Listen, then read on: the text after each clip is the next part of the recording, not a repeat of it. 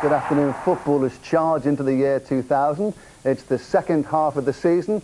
Latest scores, but final whistles are starting to sound all over England and Scotland. There's the FA Carling Premiership.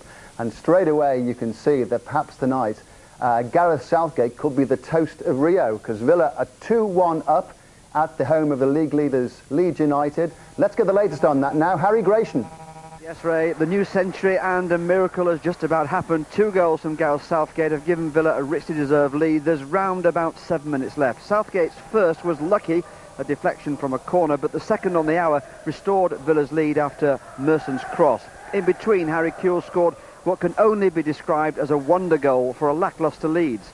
The second half was only moments old when Kewell let fly. Don't miss match of the day for that. Or 2 brilliant Nigel Martin saves which have denied Villa further scores. They deserve this lead, but there's still at least 6.5 minutes left. It's 2-1 to Aston Villa.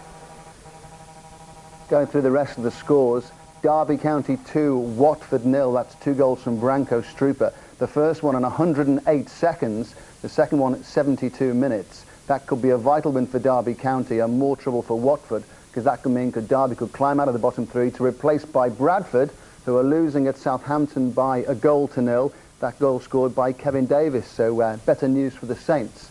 Other goal scores today so far, it's just gone 2-2 at St James's Park. Newcastle United against West Ham United. The goals for Newcastle, Nicholas Dabidas and Gary Speed. Frank Lampard got the first goal, and the second goal, Stimac has got the equaliser for West Ham United. Fighting performance from the Hammers. All latest scores, of course, Newcastle United 2, West Ham United 2. Sheffield Wednesday 1, Arsenal 1. So with Manchester United away, who's going to take advantage? Well, Emmanuel Petit put Arsenal ahead, but Gerard Seabon has equalised for Sheffield Wednesday on 56 minutes. Still playing at Hillsborough. That's 1-1. Southampton 1, Bradford City 0. Spurs 1, Liverpool 0. That was a Chris Armstrong goal. And that could be a very important win for Spurs this afternoon, because they're 6 points behind Liverpool and they could close the gap to 3. The top 5 were starting to pull away. And Sunderland, well, after nearly beating Manchester United, they're down at Wimbledon. Good home form from Wimbledon so far this season. Another goal from Carl Court. Wimbledon 6 points off the relegation places, beating Sunderland by 1-0. Still playing. Now let's get more details on that relegation battle. Derby County against Watford. Still playing, of course. Steve May here. Well, we've 2 minutes left here, Ray, and Derby lead by 2-0. And I'm afraid it's been back to the old routine for Watford after ending a sequence of 14 games without a win on Monday by beating Southampton. They've looked pretty lost here. The opening 2 minutes were pretty torrid and horrid for Watford. Nimney should have scored for Derby in the first minute, but lost his footing after the Watford back four had been breached.